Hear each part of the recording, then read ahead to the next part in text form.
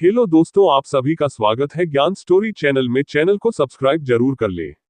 बाबर ने भारत में मुगल शासन की शुरुआत की तो उसके बाद उसका बेटा हुमायूं बादशाह बना। हुमायूं के निधन के बाद सिर्फ 13 साल की उम्र में उसके बेटे अकबर ने सत्ता संभाली।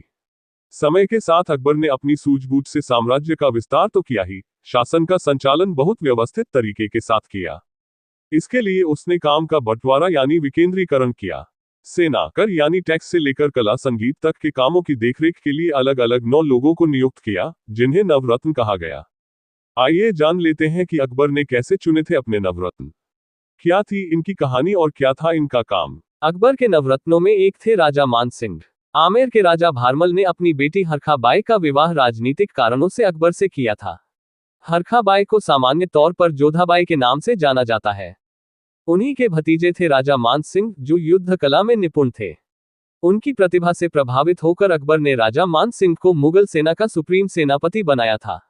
राजा मान सिंह ने साल 1589 तक मुगल सेना की बागडोर अच्छे से संभाली, जिससे अकबर अपने साम्राज्य का विस्तार करता चला गया।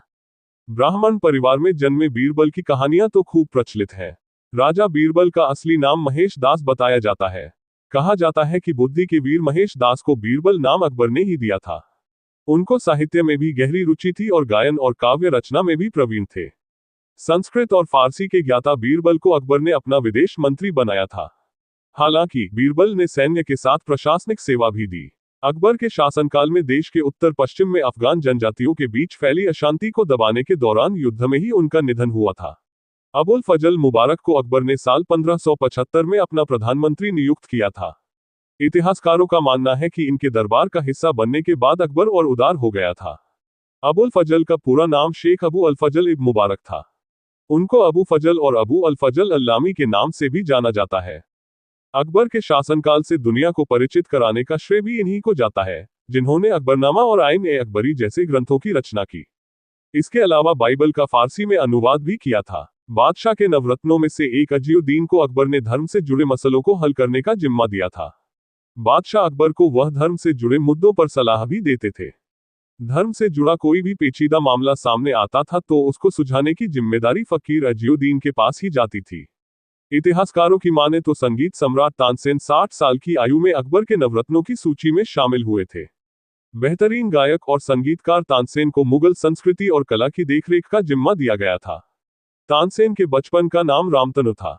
शुरुआत में वह स्वामी हरिदास के शिष्य थे, फिर हजरत मोहम्मद गौस से भी संगीत की शिक्षा ली थी। तानसेन ने ध्रुपद की रचना की। इसमें कई राग तैयार किए। श्री गणेश स्तोत्र और संगीता सारा संगीत पर उनकी अमर रचनाएं हैं। बादशाह अकबर ने शेरशाह को हटाकर उनकी जगह पर टोडरमल को आगरा की कमान सौंपी थी।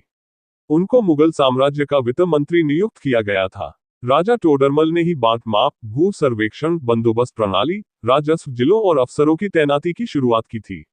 उनके द्वारा शुरू की गई पटवारी द्वारा भूमि के रखरखाव की प्रणाली तो आज भी चली आ रही है।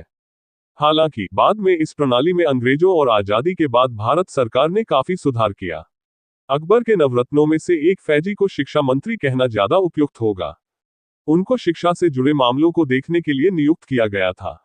इसके अलावा उनके जिम्मे अकबर के बेटों को सही राह दिखाने का काम भी था। फैजी को इस्लाम और ग्रीक साहित्य की गहन जानकारी थी। इसके कारण शुरू में उनको केवल बादशाह अकबर के बेटों को पढ़ाने के लिए नियुक्त किया गया था। हालांकि बाद में उनकी प्रतिभा को देखते हुए दरबार के नवरत्नों में शामिल कर लिया गया था।